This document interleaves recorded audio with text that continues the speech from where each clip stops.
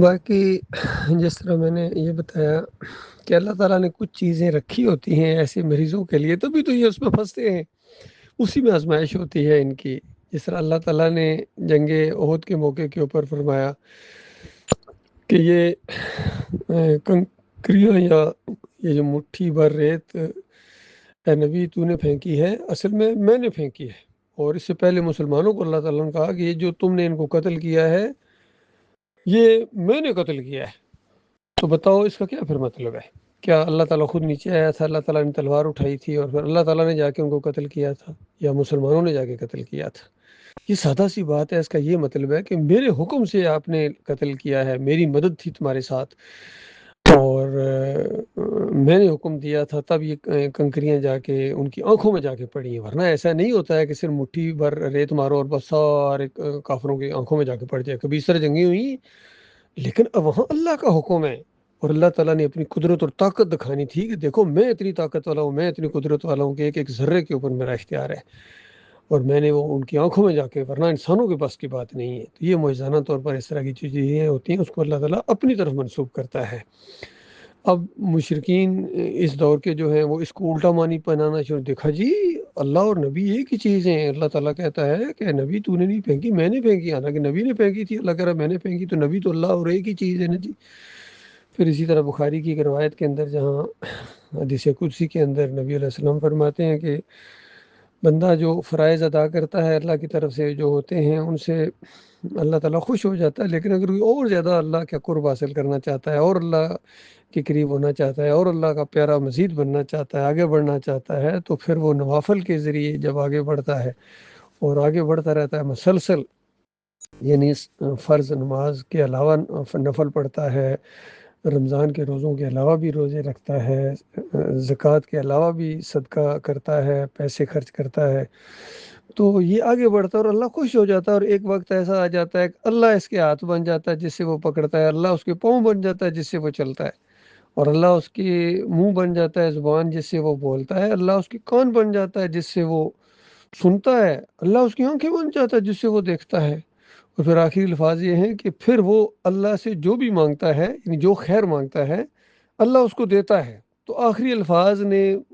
جو پوری حدیث کا معنی مفہوم بتا دیا کہ وہ بندہ بندہ ہی رہتا ہے، بندہ اللہ نہیں بن جاتا ہے، بلکہ بندہ پھر جو اللہ کو پکارتا ہے اللہ اس کی سنتا ہے۔ تو اس سے صوفیوں نے کیا نکالا، دیکھا جی انسان اللہ بن گیا جی، اس کے پاؤں پھر اللہ کے پاؤں ہیں، اس کے ہاتھ پھر اللہ کے ہاتھ ہیں، اس کے کان پھر اللہ، تو بندہ اللہ ہی بن گیا نا جی۔ تو اگر اس سے کوئی یہ نتیجہ نکالتا ہے تو بتائیے اس کے جاہل ہونے میں اور اس کے کافر اور مشرک ہونے میں کیا شک باقی رہ جاتا ہے؟ بندہ اللہ نہیں بنتا ہے،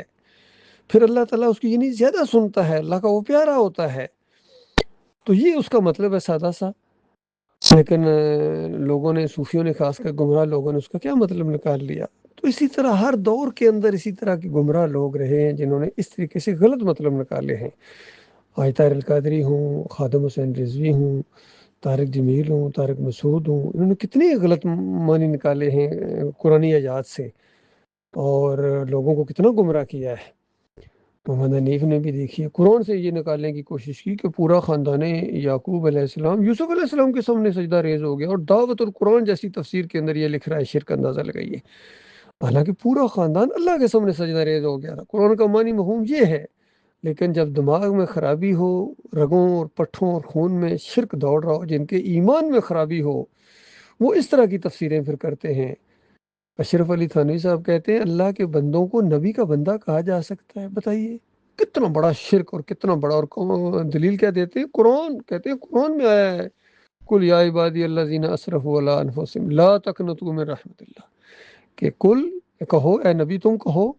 یا عبادی، یعنی میرے بندو، اپنی طرف سے کہو کہ میرے بندو، تو سارے نبی کے بندے ہو گئے، حالانکہ اللہ تعالیٰ اس انداز سے کہہ رہا ہے کہ اے نبی میرے طرف سے میرے بندوں کو کہو، کل یا عبادی الذین اسرفوا، کل ان کو کہو، یعنی میری طرف سے کہو اے میرے بندو جنہوں نے گناہوں سے اپنے